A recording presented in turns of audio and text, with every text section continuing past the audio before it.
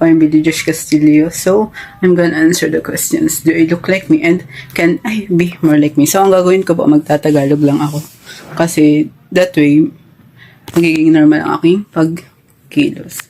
So, itong itsura. Ganito ako manamit. Ayan. So, jogging pants featuring oversized t-shirt.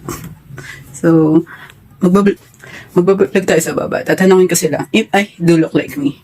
Yung number 1 question na. So, tara na.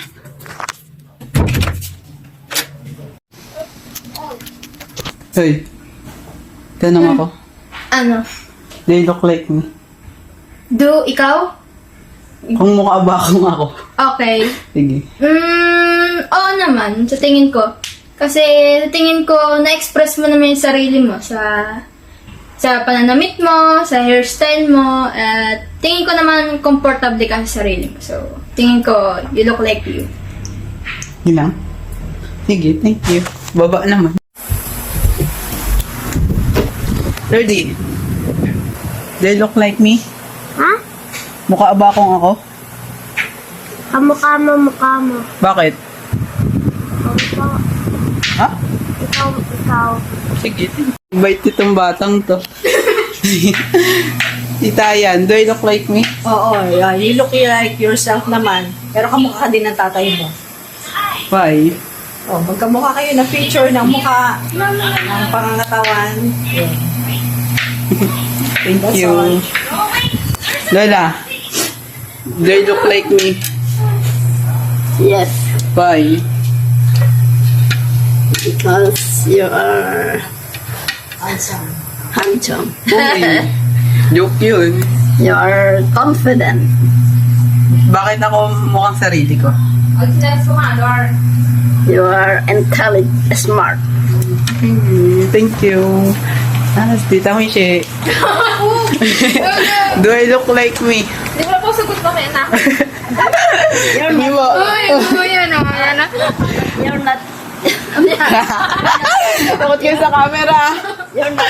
You when you're hungry. Not siya.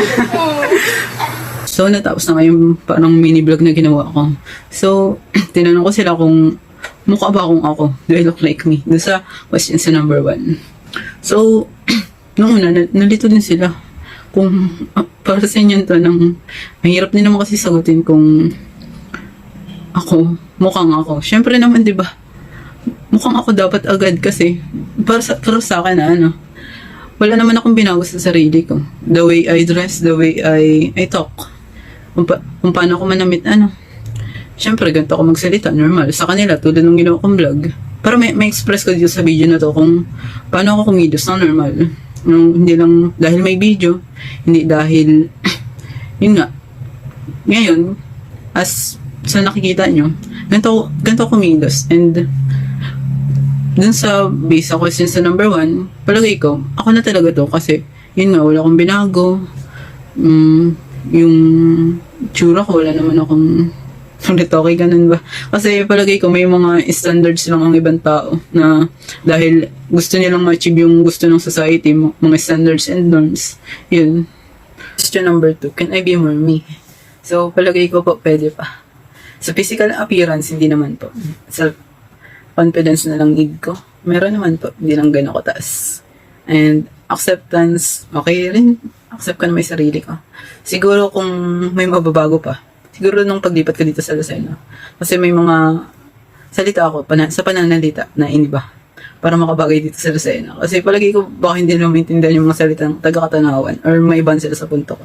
Punto ba tawag sa Lucena?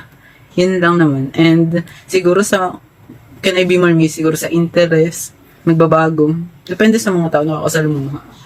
Kasi yung mga interest ko dati, nababago.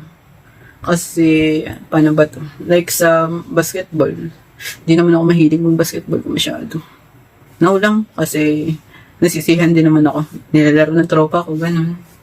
And, yun lang naman. Thank you po.